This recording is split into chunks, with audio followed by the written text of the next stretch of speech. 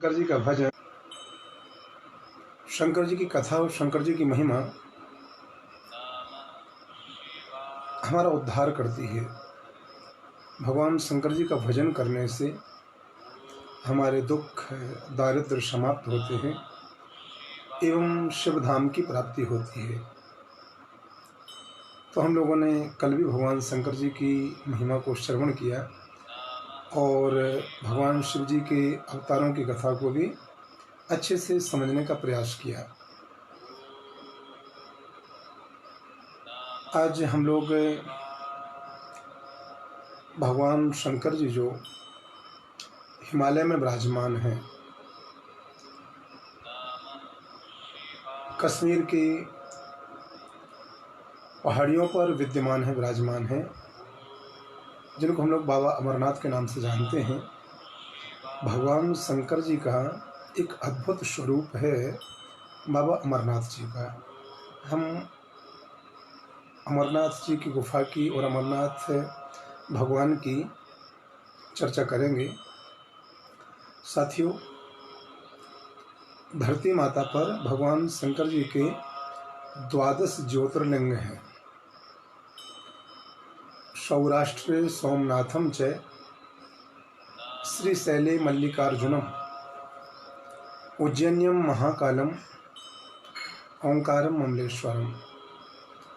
परल्यां वैद्यनाथं च डाकिन्यां भीमशंकरं सेतुबंधे तु रामेशं नागेशं दारुकावने वाराणस्यां तु विश्वेशं त्र्यंबिकं गौतमी तटे हिमालये तु केदारं ग्रीष्मेशं शिवालये एतानि ज्योतिर्लिंगानि सायं प्रातः पठे नरः सप्तजन्म कृतं पापम स्मरणेन विनश्यति। धरती माता पर भगवान शंकर जी के जो 12 ज्योतिर्लिंग हैं, ग्रंथों में ऐसा लिखा हुआ है कि जो भक्त प्रातःकाल और संध्या काल वेला में अपने घर बैठे 12 ज्योतिर्लिंगों का यदि नाम स्मरण भी कर लेता है, 12 ज्योतिर्लिंगों का नाम लेकर के उनको प्रणाम भी कर लेता है, तो उनके 7 जन्मों के पाप नष्ट हो जाते हैं। ये भगवान शंकर जी के 12 ज्योतिर्लिंगों की महिमा है। सौराष्ट्र सोमनाथम। साथियों, एक निवेदन है आप लोगों से जो अभी इस समय जुड़ चुके हैं, मैं सबका वंदन करता हूँ। आप लोग शेयर जरूर करते जाइएगा, जिससे आपके और जो गुरु भाई बहन हैं उनको भी थोड़ा सा जुड़ने का और भगवान शिव जी की कथा श्रवण करने का लाभ प्राप्त होगा, अपन को परम पुण्य प्राप्त होगा। भगवान शंकर जी का जो प्रथम ज्योतिर्लिंग है, वो पहला ज्योतिर्लिंग है सौराष्ट्र सोमनाथ में। सौराष्ट्र में भगवान श्री सोमनाथ जी के नाम से पहला ज्योतिर्लिंग विद्यमान है, विराजित है। भगवान शिव जी का धरती माता पर, भारत भूमि पर जो दूसरा ज्योतिर्लिंग है वो श्री मल्लिकार्जुन। मैं क्रम से नहीं बता रहा हूँ, मैं आपको केवल 12 ज्योतिर्लिंगों के दर्शन करा रहा हूँ कथा के माध्यम से। तीसरा ज्योतिर्लिंग है उज्जैन में अवंतिकापुरी में भगवान श्री महाकालेश्वर जी के नाम से। चौथा ज्योतिर्लिंग है मांधाता पर्वत विंध्याचल क्षेत्र में, जिनको हम लोग श्री ओंकारेश्वर भगवान के नाम से, ओंकारेश्वर महादेव के नाम से पूजते हैं। पांचवा ज्योतिर्लिंग है हिमालय पर्वत के ऊपर विद्यमान है भगवान श्री नर नारायण स्वरूप भगवान श्री केदारनाथ। छठवां ज्योतिर्लिंग है डाकिनी जी में भगवान श्री भीम शंकर जी के नाम से विद्यमान है, भीमा शंकर जिनको हम लोग बोलते हैं। सातवां भगवान शिव जी का ज्योतिर्लिंग है काशी में भगवान श्री विश्वनाथ जी के नाम से। आठवां भगवान शंकर जी का ज्योतिर्लिंग है गोमती तट, जिनको हम भगवान त्र्यंबकेश्वर के नाम से पूछते हैं, गोदावरी के तट पर, नासिक। नौवां ज्योतिर्लिंग है भगवान शंकर जी का दारुक वन में भगवान श्री नागेश्वर जी के नाम से, नागनाथ नागेश्वर। 10वां ज्योतिर्लिंग है चिता भूमि पर परली में भगवान श्री वैद्यनाथ जी के नाम से। 11वां भगवान शंकर जी का दिव्य ज्योतिर्लिंग है सेतुबंध रामेश्वरम में।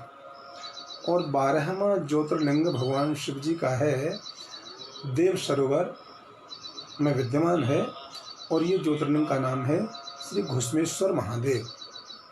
सौराष्ट्र सोमनाथम च श्रीशैले मल्लिकार्जुनम उज्जैन्यम महाकालम ओंकारम अमलेश्वरम परल्यां वैद्यनाथम च डाकिन्यां भीमशंकरम सेतुबंधे तु रामेशम नागेशम दारुकावने वाराणस्यां तु विश्वेशम त्र्यंबिकम गौतमी तटे हिमालय तु केदारम ग्रीष्मेशम शिवालय।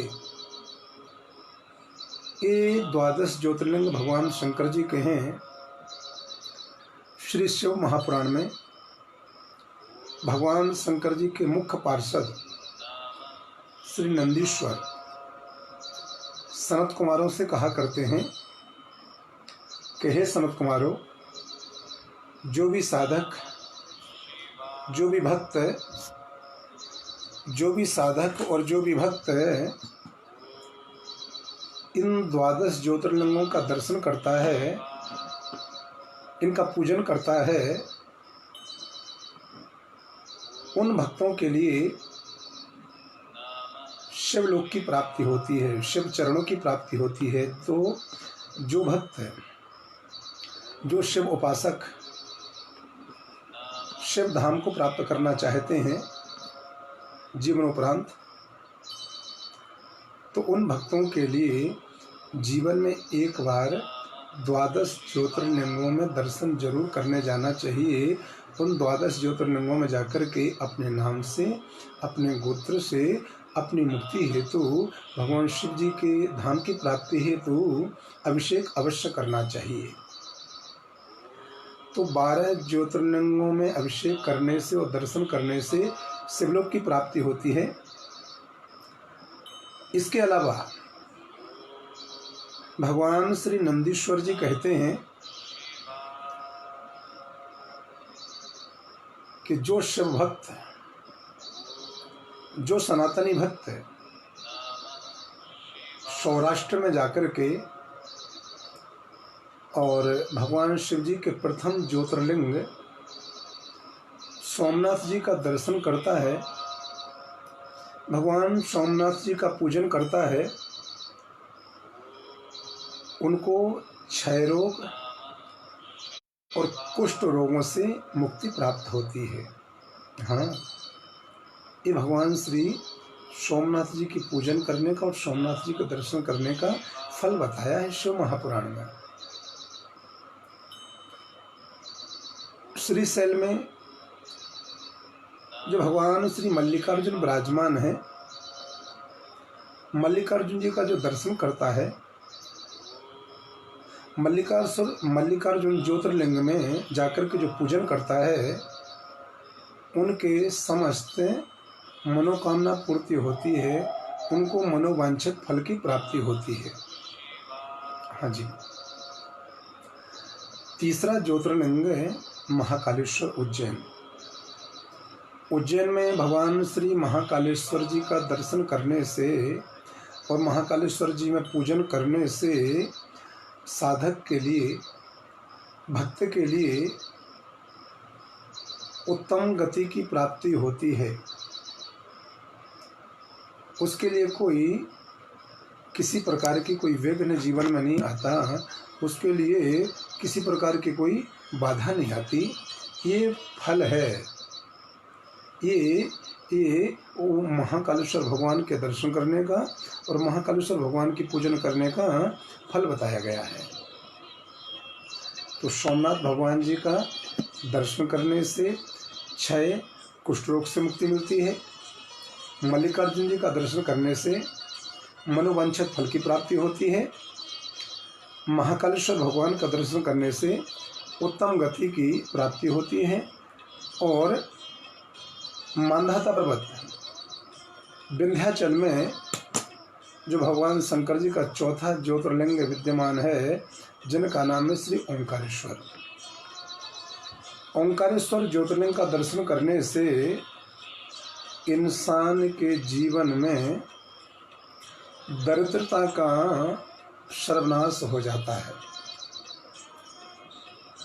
केदार पर्वत पर विराजमान, हिमालय पर्वत के ऊपर विद्यमान भगवान श्री नर और नारायण स्वरूप केदारनाथ धाम का दर्शन करने से और पूजन करने से भगवान शंकर जी के भक्त के लिए अभीष्ट फल की प्राप्ति होती है। अगला ज्योतिर्लिंग भगवान भीमाशंकर।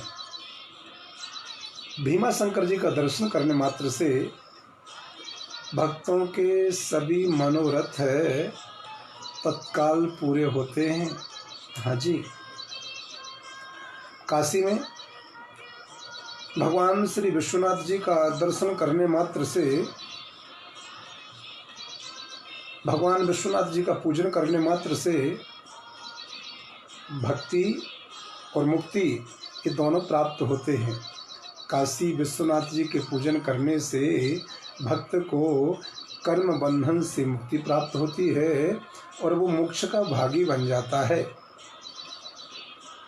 गोदावरी माता गौतमी के तट पर भगवान शंकर जी का ज्योतिर्लिंग विद्यमान है जिनका नाम है त्र्यंबकेश्वर जी। त्र्यंबकेश्वर ज्योतिर्लिंग का दर्शन करने से और स्पर्श करने मात्र से इंसान की लौकिक और पारलौकिक जितनी मनोकामनाएं होती हैं वो तत्काल पूरी होती हैं।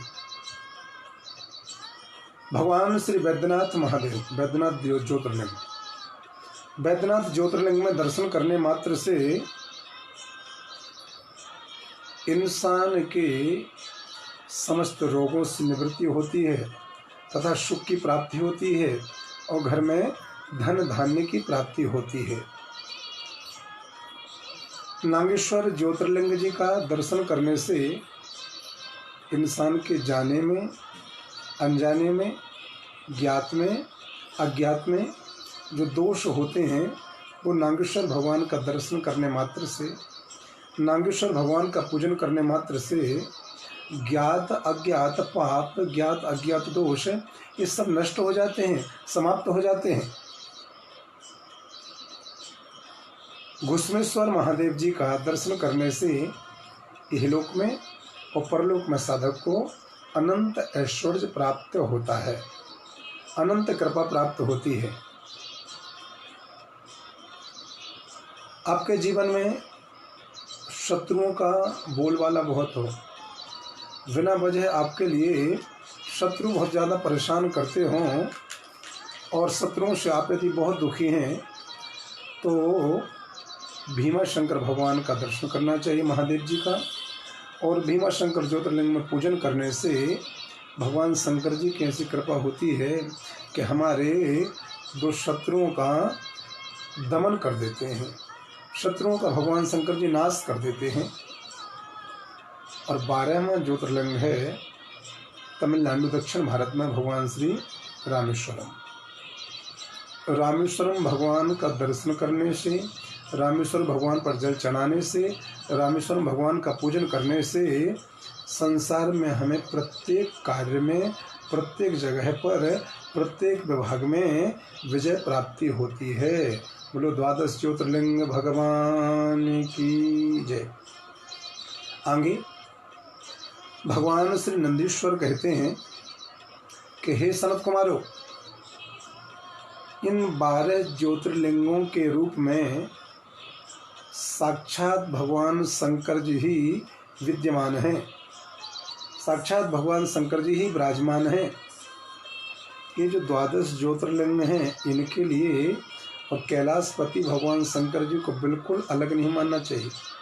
वही कैलाशपति भगवान शंकर जी धरती के ऊपर अपने भक्तों की समस्त प्रकार की मनोकामनाओं को पूरा करने के लिए, समस्त प्रकार के दुखों को दूर करने के लिए, सभी प्रकार के सुखों को प्रदान करने के लिए भगवान शंकर जी ही भारत भूमि के चारों तरफ 12 ज्योतिर्लिंग के रूप में विद्यमान हैं।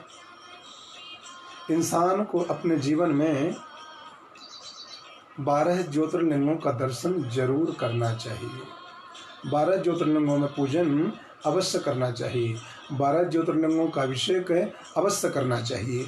नंदीश्वर भगवान कहते हैं कि हे सनत कुमारों, ये 12 ज्योतिर्लिंग साक्षात भगवान शिव जी ही हैं।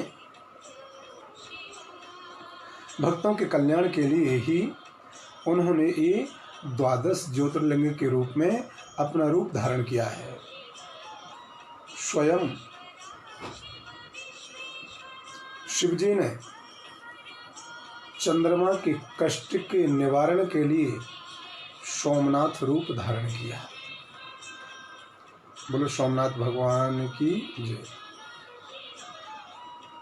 स्वयं भगवान शंकर जी ने अपने पुत्र कार्तिकेय जी का दुख दूर करने के लिए मल्लिकार्जुन महादेव का रूप धारण किया। दूषण दानव को हुंकार द्वारा भस्म करने के लिए अपनी जोश हुंकार भरी,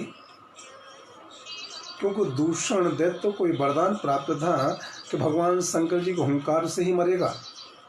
नहीं तो सृष्टि में उसको दूसरा कोई मार नहीं सकता। उसका पाप है, उसका आतंक है, उस दूषण का अत्याचार बहुत बढ़ गया था। तो दूषण नाम के दैत्य का संहार करने के लिए भगवान शंकर जी ने हुंकार भरी, और वही हुंकार भरने से धरती माता पर भगवान श्री महाकालेश्वर जी ज्योतिर्लिंग के रूप में विद्यमान हो गए, अवतरित हो गए। विंध्याचल वासियों के कल्याणार्थ हेतु भगवान श्री ओंकारेश्वर के रूप में धरती माता पर विद्यमान है। एक दैत्य था जिसका नाम था भीम। ये पांडवों वाले भीम नहीं, एक बहुत उत्पाती, बहुत अत्याचारी, बहुत दुराचारी, बहुत पापाचारी असुर जिसका नाम था भीम। भीम के वध के निमित्त भगवान शंकर जी 12 ज्योतिर्लिंगों में प्रसिद्ध ज्योतिर्लिंग श्री भीमा शंकर का रूप धारण करके धरती माता पर अवतरित हुए। धरती माता के ऊपर भैरव की स्थापना करने के लिए भैरव सेनापति, यदि सेनापति न होवे ना तो राज्य व्यवस्था अस्त व्यस्त रहती है। तो भैरव रूपी सेनापति की स्थापना करने के लिए भगवान श्री शंकर काशी में विश्वनाथ के रूप में अवतरित हुए और विराजित हुए।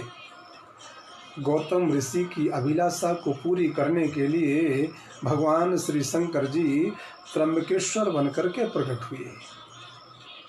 रावण के अहंकार को चूर करने के लिए, रावण के अहंकार को नष्ट करने के लिए भगवान शंकर धरती पर वैद्यनाथ ज्योतिर्लिंग के रूप में प्रकट हुए। एक दैत्य था जिसका नाम था दारुक। दारुक नाम के दैत्य के वध करने के लिए भगवान शंकर जी नागेश्वर ज्योतिर्लिंग के रूप में धरती माता पर प्रकट हुए। भगवान श्री रामचंद्र जी के लिए, राजा राम बनाने के लिए, भगवान श्री रामचंद्र जी के लिए लंका विजय बनाने के लिए भगवान श्री शंकर धरती माता पर समुद्र के तट पर रामेश्वरम के रूप में अवतरित हुए और विद्यमान हुए। एक रावण राक्षस था धरती माता पर जिसका आतंक बहुत बढ़ गया था, जिसका नाम था घुष्मा। घुष्मा नाम के दैत्य को समाप्त करने के लिए कृपावत्सल भगवान शंकर जी घुष्मेश्वर ज्योतिर्लिंग के रूप में धरती माता पर प्रकट हुए, धरती माता पर विद्यमान हुए। साथियों, इन 12 ज्योतिर्लिंगों का जो भी दर्शन करता है, इन 12 ज्योतिर्लिंगों को जो भी पूजन करता है, इन 12 ज्योतिर्लिंगों का जो भी स्मरण करता है, ये भगवान शंकर जी के 12 ज्योतिर्लिंग अपने भक्तों का हर प्रकार से मनोरथ पूर्ण करते हैं। इसलिए हम सबके लिए 12 ज्योतिर्लिंगों का दर्शन अवश्य करना चाहिए और करते ही रहना चाहिए। जब जब समय मिले तब तब जिस कभी सोमनाथ चले जाया करो, कभी महाकालेश्वर चले जाया करो, कभी त्र्यंबकेश्वर जी चले जाया करो, कभी भीमाशंकर जी चले जाया करो।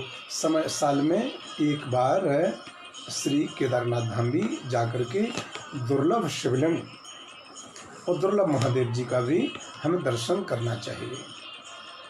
साथियों, हम इन 12 ज्योतिर्लिंगों की कथा को आगामी प्रवचनों में विस्तार से श्रवण करने का प्रयास करेंगे और मैं श्रवण कराने का प्रयास करूंगा।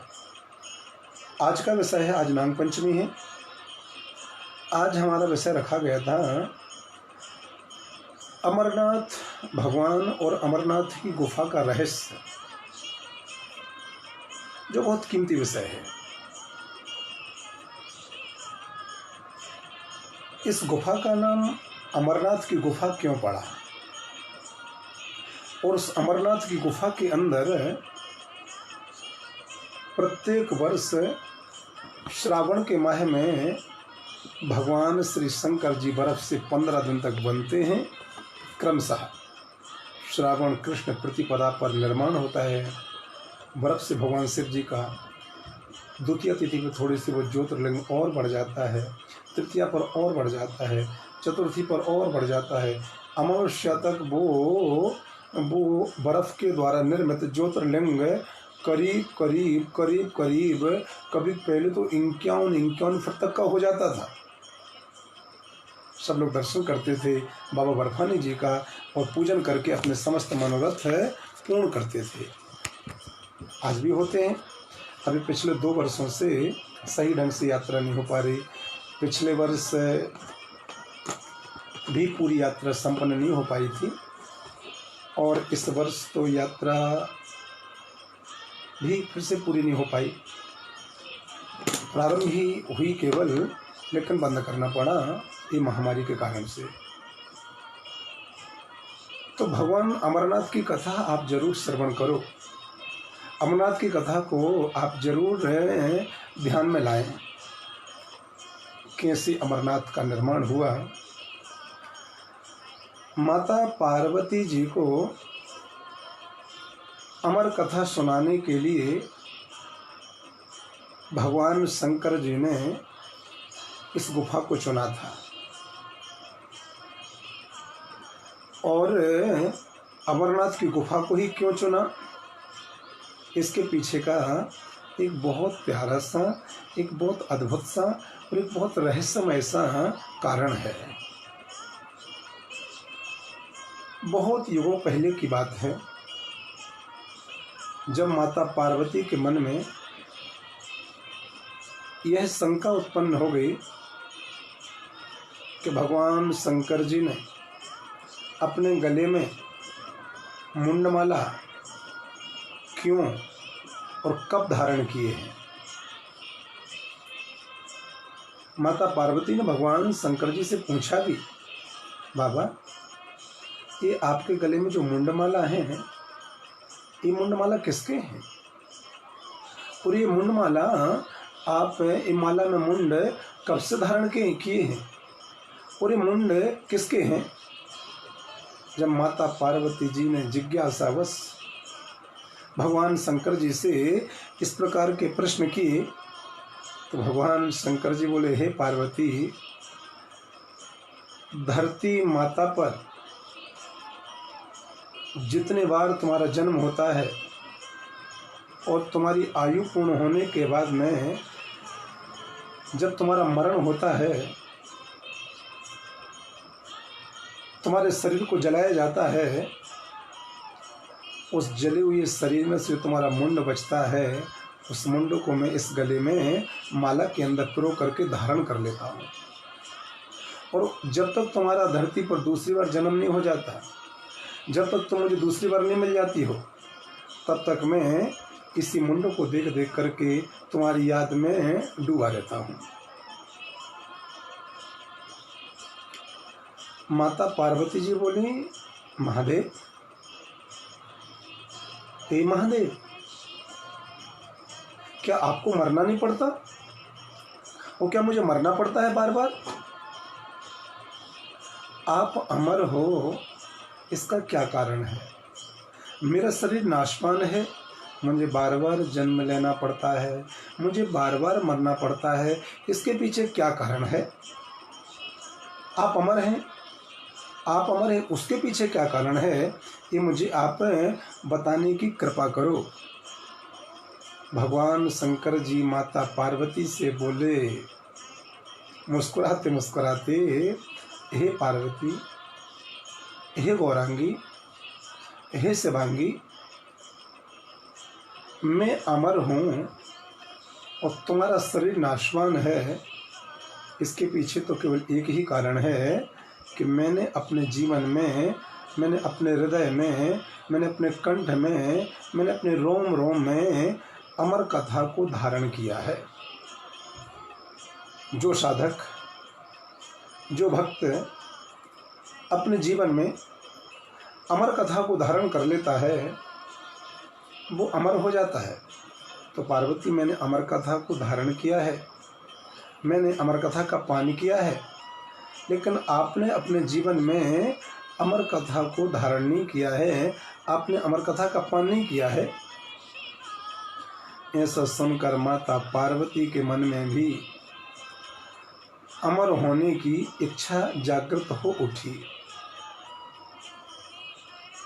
और वह है माता पार्वती भगवान शंकर जी से अमर कथा सुनाने के लिए विनती करने लगी, अमर कथा सुनाने के लिए आग्रह करने लगी। कितने वर्षों तक तो ना जाने भगवान शंकर जी इस कान से माता पार्वती की बात को सुनते थे, इस कान से बाहर निकाल देते थे। इस कान से भगवान शंकर जी माता पार्वती की बात को सुनते थे और इस कान से बाहर निकाल देते थे।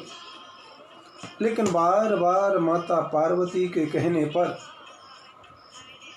भगवान शंकर जी के लिए माता पार्वती को अमर कथा सुनाने के लिए बाध्य होना पड़ा।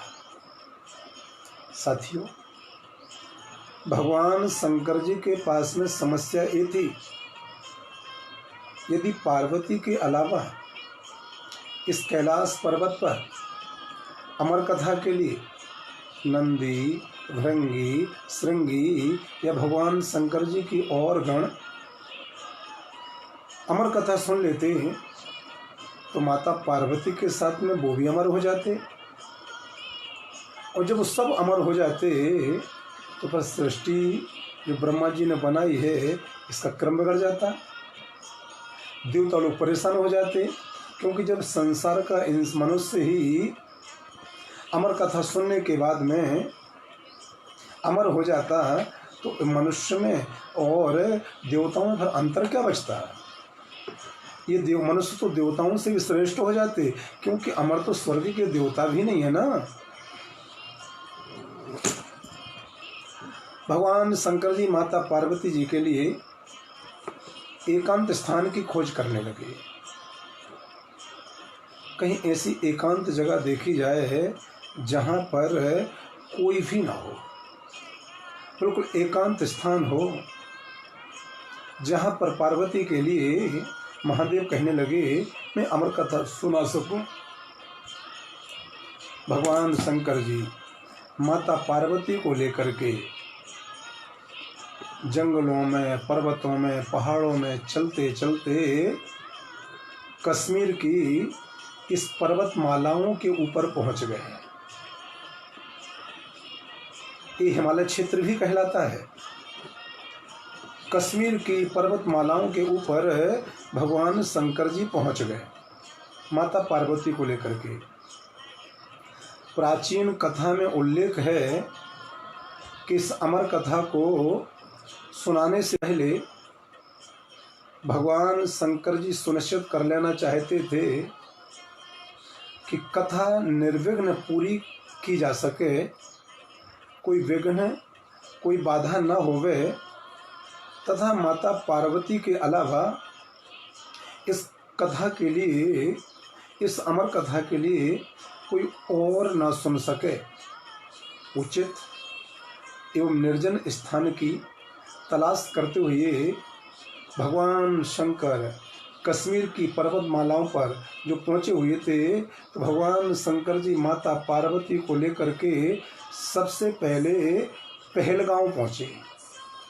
बोलो पहलगांव की जय। कहाँ पर पहुँचे सबसे पहले?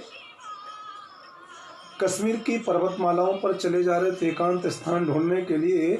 माता पार्वती को लेकर के भगवान शंकर जी सबसे पहले पहलगांव में पहुँचे। पहलगांव में पहुँचते ही भगवान शंकर जी ने अपने नंदी का भी परित्याग कर दिया। प्रेम से बोलो ओम नमः शिवाय। नंदी को साथ में ले नहीं जा सकते थे, क्योंकि नंदी साथ में जाते वो भी अमर कथा सुन लेते और फिर वो भी अमर हो जाते, क्रम बिगड़ जाता ब्रह्मा जी के द्वारा बनाई हुई सृष्टि का। तो पहलगांव में भगवान शंकर जी के, पहलगांव मतलब पहला गांव, यहाँ पर भगवान शंकर जी ने नंदी का परित्याग कर दिया। वास्तव में हमने संतों के मुख से सुना है, हमने संतों की वाणी से सुना है कि इस पहलगांव का, देखो जो लोग अमरनाथ की यात्रा करके आए हैं उनको मालूम है पहलगांव, दो रास्ते हैं ना, एक बालटाल वाला और एक पहलगांव वाला। तो पहलगांव जो लोग, हम लोग जो बोलते हैं कि आप लोग बोलते हैं ना भैया कौन सा वाला रास्ता गए थे, पहलगांव वाला गए थे या बालटाल वाला गए थे। तो पहलगांव, जो पहला गांव पड़ा ना, संत कहते हैं कि इस पहलगांव का जो प्राचीन नाम है वो है बैलगांव। बैल, नंदी का एक नाम क्या है? बैल। हम लोग अपनी जनभाषा में नंदी को क्या बोला करते हैं? बैल। तो इस पहलगांव का जो पहला नाम है उसका नाम बैलगांव है, जो आगे चल करके कालांतर में बिगड़ करके तथा क्षेत्रीय भाषा के उच्चारण के प्रभाव से पहलगांव बन गया। लेकिन संतों ने कहा कि ये बैलगांव, मतलब भगवान शंकर जी ने यहाँ पर अपने नंदी को छोड़ दिया, नंदी का परित्याग कर दिया। तत्पश्चात यहाँ से पहलगांव से आगे बढ़े, आप चाहे पहलगांव बोल दो चाहे बैलगांव बोल दो, यहाँ पर नंदी को भगवान शंकर जी ने छोड़ दिया। आगे बढ़े, चंदनबाड़ी नाम का स्थान पड़ता है। ये बिल्कुल मैं आपको मानसिक यात्रा करा रहा हूँ, बहुत बड़े भाव से ओम नमः शिवाय का जाप करते हुए श्रवण करिएगा। पहलगांव से आगे बढ़ते हैं ऊपर की ओर चंदनबाड़ी पड़ती है। इस स्थान का नाम चंदनबाड़ी क्यों पड़ा? यहाँ पर पहुँचते पहुँचते भगवान शंकर जी ने अपनी केसों में से, अपनी जटाओं में से, अपने मस्तक में से चंद्रमा को मुक्त कर दिया, चंद्रमा को मुक्त कर दिया। तो इस स्थान का नाम है चंद्रबाड़ी। लेकिन समय बढ़ता गया और अब नाम अभ्रंश होता गया और नाम हो गया चंदनबाड़ी।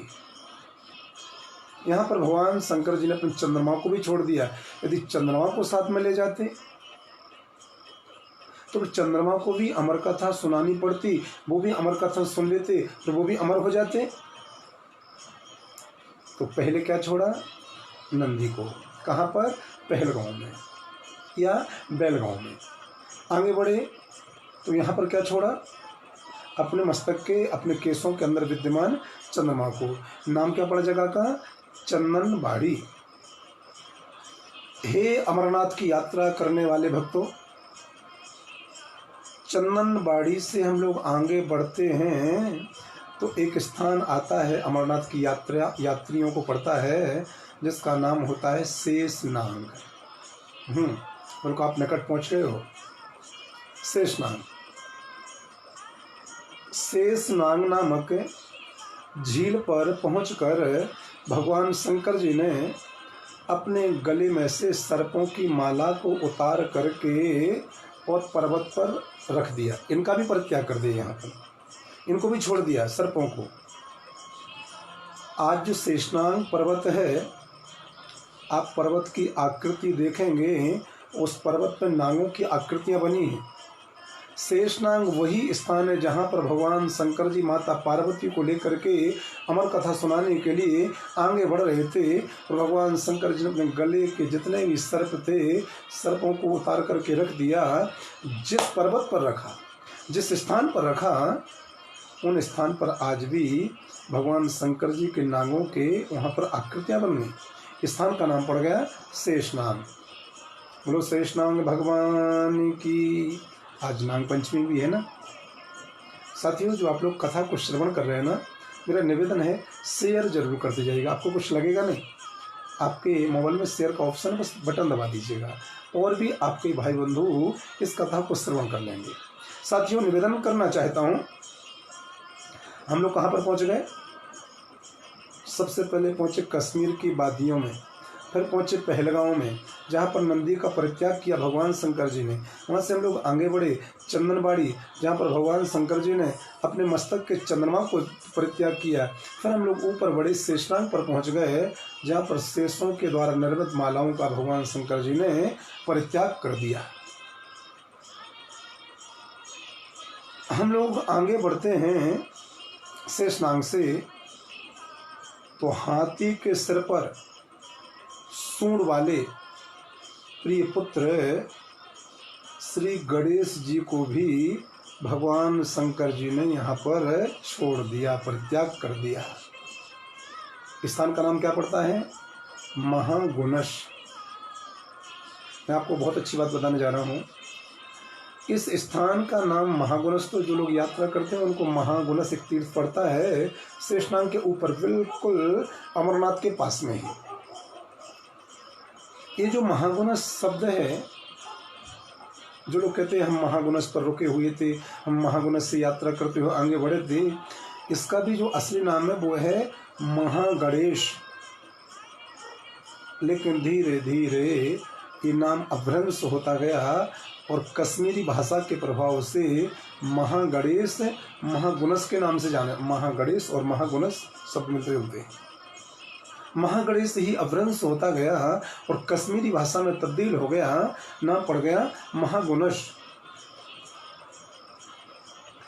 जहाँ जिस स्थान को हम लोग महागुणस के नाम से जानते हैं, यहाँ पर भगवान शंकर पार्वती जी ने अपने प्रिय पुत्र गणेश जी का परित्याग कर दिया, गणेश जी को ही छोड़ दिया।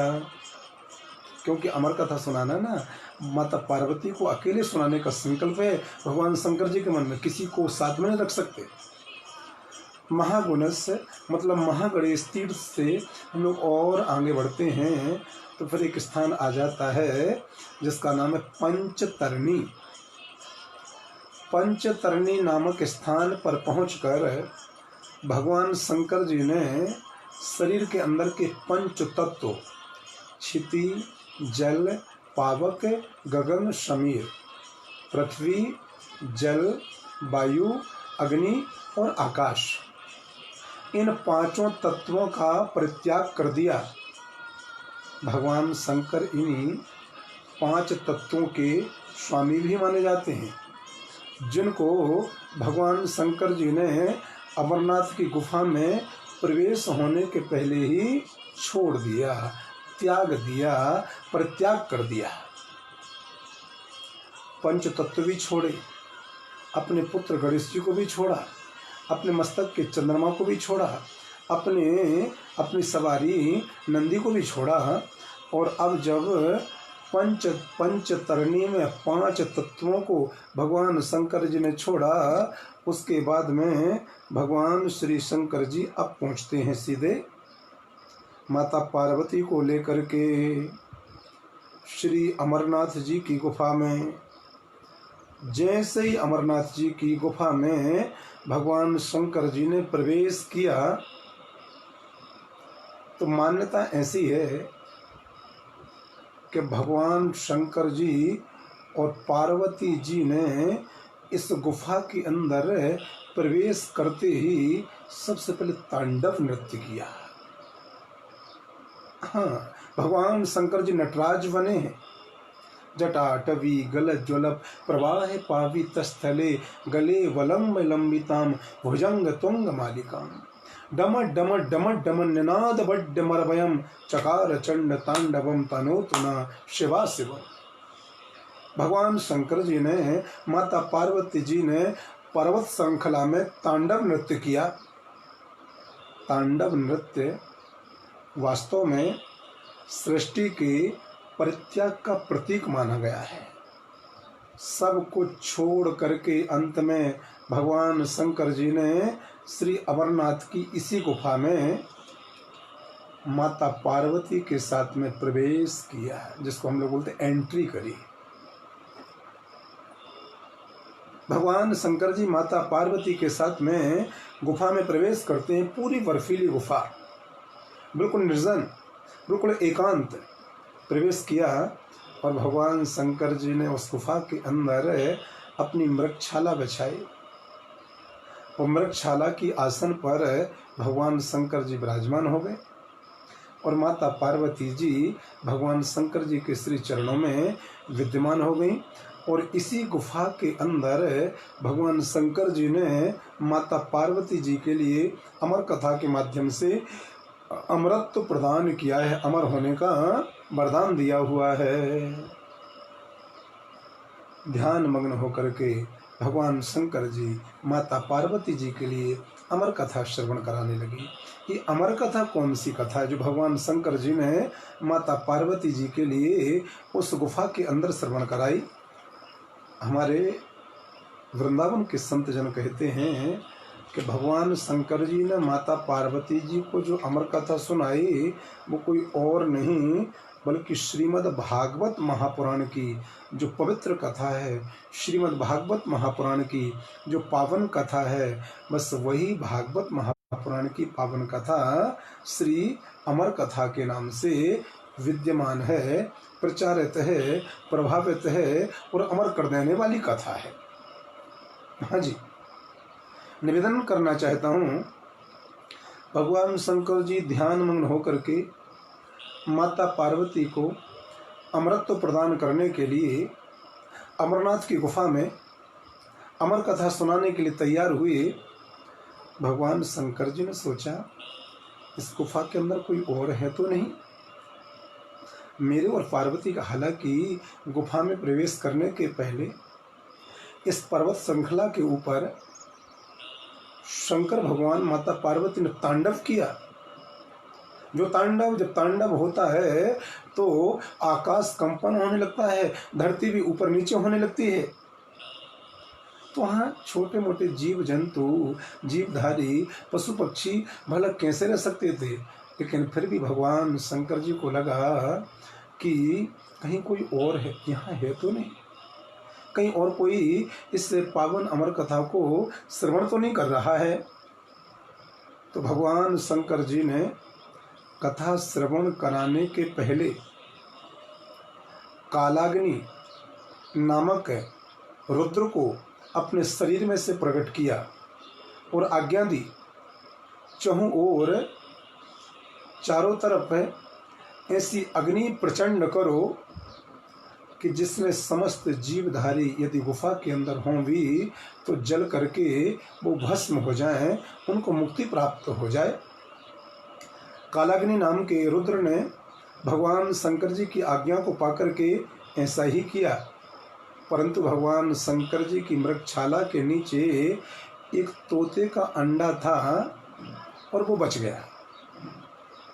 कालाग्नि नाम के रुद्र ने उस अंडे को भस्म नहीं कर पाए, उस अंडे को नहीं जला पाए, क्योंकि वो भगवान शंकर जी की मृगछाला जो आसन थी उसके नीचे ही विराजमान था। अंडा बच गया, जिससे अंडे से बाहर आकर के उस तोता ने कथा को, अमर कथा को श्रवण किया और वही तोता आगे चल करके भगवान श्री सुखदेव जी के नाम से विद्यमान है और धरती माता पर आज भी अमर है। क्योंकि माता पार्वती जी ने भी अमर कथा सुनी और उस तोते ने भी अमर कथा सुनी, तो वही तोता भगवान सुखदेव जी बना और वही तोते आज भी सुखदेव भगवान के रूप में विद्यमान है, क्योंकि उन्होंने भी उसी अमरनाथ की गुफा में भगवान शंकर जी की वाणी से अमर कथा को श्रवण किया। साथियों, भगवान शंकर जी ने माता पार्वती जी के लिए अमरनाथ की गुफा में अमर कथा श्रवण कराई और ऐसा कहा गया कि भगवान शंकर जी अमर कथा को श्रवण कराते कराते इतने लीन हो गए, इतने तल्लीन हो गए कि भगवान शंकर जी के हृदय से, भगवान शंकर जी के हृदय से एक बर्फ की जलधारा प्रकट हो गई। माता पार्वती जी भी अमर कथा को श्रवण करते करते इतनी भाव में मग्न हो गई कि भगवान माता पार्वती जी के हृदय से भी एक बर्फ की धारा जल के रूप में प्रकट हो गई। तो जल की धारा जो माता पार्वती के रूप में शरीर में से निकली, वही बर्फ की जल की धारा भगवान शंकर जी के शरीर में से प्रकट हुई, वही बर्फ बन गया। और वही बर्फ है साल में एक बार हम भक्तों को दर्शन देने के लिए माता पार्वती और भगवान शंकर बर्फ के रूप में श्रावण के माह में 15 दिन तक भगवान शिव जी की आकृति लेकर के प्रकट होते हैं और फिर शुक्ल पक्ष में श्रावण के क्रम से एक एक दिन करके वो घटते हुए अपने कैलाश लोक को वापस चले जाते हैं। जो इस अमर कथा को श्रवण करता है, भगवान शंकर जी और माता पार्वती जी की उन भक्तों के ऊपर अपार कृपा रहती है। जो साधक है अमरनाथ में जाकर के एक बार भगवान श्री बर्फानी जी का, भगवान श्री अमरनाथ जी का दर्शन करता है, भगवान श्री शंकर जी उसको अपने कैलाश धाम पर बुलाते हैं। और शिव पुराण में तो ऐसा लिखा है कि अमरनाथ जाकर के जो बाबा बर्फानी जी का एक बार दर्शन करके आ जाता है, उसको कैलाश में भगवान शंकर जी के दर्शन करने का फल प्राप्त होता है। भगवान सुखदेव जी ने अमर कथा को श्रवण किया एक बार क्या हुआ, भगवान सुखदेव जी जब महात्मा हो गए, महामुनि हो गए, तो एक बार भगवान सुखदेव जी नैमिषारण्य पहुँचे। 88,000 महात्मा जिनका नाम सोनकादि ऋषि, ये सभी सोनकादि ऋषि खड़े हो गए और भगवान सुखदेव जी से बोले कि आपने तो भगवान शंकर जी की वाणी से अमर कथा सुनी है, वो अमर कथा आप हम सब महात्माओं को भी सुना दीजिए। सरल और सहज स्वभाववश नैमिषारण्य में भगवान सुखदेव जी सभी 88,000 महात्माओं के लिए अमर कथा सुनाने के लिए तैयार हो गए। जैसे ही भगवान शंकर जी को मालूम पड़ा कि नैमिषारण्य की भूमि पर सुखदेव मुनि समस्त 88,000 महात्माओं के लिए अमर कथा श्रवण करा रहे हैं, यदि वो सभी महात्मा अमर कथा सुन लेंगे तो धरती पर बहुत सारे महात्मा, बहुत सारे भक्त, बहुत सारे साधक, बहुत सारे मनुष्य सब अमर हो जाएंगे। ब्रह्मा की बनाई हुई सृष्टि का क्रम बिगड़ जाएगा। भगवान शंकर जी आए हैं और भगवान शंकर जी ने वो अपनी अमर कथा का जो अमरत्व प्रदान करने वाला वरदान था उसको वापस ले लिया। सुखदेव, जो अमर कथा सुनेगा उसका उद्धार होगा, जो अमर कथा सुनेगा उसका कल्याण होगा, जो अमर कथा सुनेगा उसको शिवलोक की प्राप्ति होगी, जो अमर कथा श्रवण करेगा उसके घर के दुख दारिद्र दूर होंगे, जो अमर कथा को श्रवण करेगा उसने यदि ज्ञात अज्ञात में कोई पाप किया होगा लेकिन अमर कथा श्रवण करने मात्र से वो दोष समाप्त हो जाएगा। लेकिन कलयुग में अमर कथा श्रवण करने के बाद में अमर कोई नहीं होगा। बोलो अमरनाथ भगवान की जय। श्री बाबा बर्फानी जी महाराज की जय। आज की कथा को बाबा अमरनाथ जी के चरणों में मैं अर्पण करता हूँ और बाबा अमरनाथ जी से आप सबके प्रति मैं मंगल कामना करता हूँ। हे बाबा अमरनाथ, आज आपकी कथा को बड़े प्रेम से, बड़े भाव से, बड़ी श्रद्धा से श्रवण किया। जिन भक्तों ने उनके ऊपर भी कृपा करना और एक बार प्रयास करना कि अमरनाथ जरूर जाना। जो लोग कुल्लू मनाली, दार्जिलिंग या लोनावाला ये या शिमला दर्शन करने जाते हैं, घूमने जाते हैं, मैं उनसे एक निवेदन करना चाहूँगा, एक बार इन सबको ये इन जगहों पर जो घूमने जाते हो इनको बंद करके एक बार बाबा बर्फानी जी का दर्शन करने के लिए अमरनाथ जरूर जाइएगा। कितना अलौकिक, कितना दिव्य प्रदेश और कितना एक, जब वहाँ भगवान शिव जी का दर्शन होता है तो ऐसा लगता है मानो हम कैलाश पर्वत पर विद्यमान हैं। बाबा बर्फानी मेरे ऊपर, आप सबके ऊपर कृपा करें। आज हमारे साथ में मेरे बहुत सारे साथीगण जुड़े, महाराष्ट्र से, मध्य प्रदेश से, छत्तीसगढ़ से, राजस्थान से, दिल्ली से, पंजाब से। मैं उन सभी साथियों को हृदय से वंदन करता हूँ, प्रणाम करता हूँ। साथियों, आपके बहुत सारे कमेंट्स भी आए लेकिन मैं कथा सुनाते समय देख नहीं पाया। क्षमा चाहूँगा, यदि किसी का कोई प्रश्न रहा हो तो वो फिर से कर सकते हैं। मैं 2 मिनट और अभी आप सबके बीच में, सिर्फ आपके यदि किसी के मन में कोई प्रश्न हो तो वो मुझसे पूछ सकते हैं लिख करके। प्रीति बेटा, प्रणाम गुरुजी, कैसे हो? योगिता दीदी कैसी हो? श्री राधे। भीगम भैया भोपाल से कैसे हैं? श्री राधे। श्रीता माता जी भोपाल से, श्री राधे माता जी कैसी हैं? अभी एक मन में विचार आया है, मेरे विचार का संकल्प ही आ गया है। बहुत जल्दी से मैं वृंदावन धाम की पावन भूमि से भगवान श्री बांके बिहारी जी के चरणों से एक श्रीमद् भागवत कथा को यूट्यूब और फेसबुक के माध्यम से लाइव प्रसारण करने का मन बना है। तो उस लाइव कथा के लिए और वृंदावन धाम की कथा के लिए जो भी जुड़ना चाहता हो, जो अपने पूर्वजों के नाम से, अपने माता पिता के नाम से, अपने बच्चों के नाम से या अपने स्वयं के उद्धार हेतु उस कथा का सहभागी बनना चाहता हो तो तन से, मन से और धन से जो भी आपकी श्रद्धा हो वह उस वृंदावन की भागवत कथा यज्ञ में आप जरूर जुड़ें। अपना अंश दान दे करके आप भी उस कथा के सहभागी बने, सहयोगी बने, उस कथा के आप यजमान पद को प्राप्त करें। जिसकी श्रद्धा थोड़ी सी हो 1 रुपये की, वो 1 रुपये भी दीजिएगा। जिसकी श्रद्धा 500 रुपये की हो 500 रुपये भी दीजिएगा। जिसकी श्रद्धा 1000 रुपये की हो वो 1000 भी दीजिएगा। जिसकी श्रद्धा 5000 रुपये देने की वो 5000 भी दीजिएगा। लेकिन अपना नाम जरूर दीजिएगा, अपना गोत्र जरूर दीजिएगा, क्योंकि वो कथा मैं अपने लिए नहीं कर रहा हूँ, भारतवर्ष में हमारे अखंड भागवत परिवार के लिए एवं भारतवर्ष में विद्यमान हमारे समस्त भक्तों के लिए करने जा रहा हूँ। समस्त भक्तों के उद्धार हेतु करने जा रहा हूँ।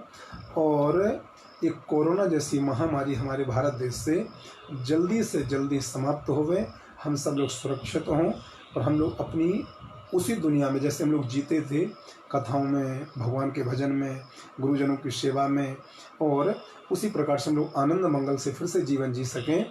बस कोरोना जल्दी से देश से जावे, इसी के लिए, इसी कामना हेतु श्रीमद् भागवत कथा बहुत जल्दी से वृंदावन धाम में आयोजन होने जा रहा है।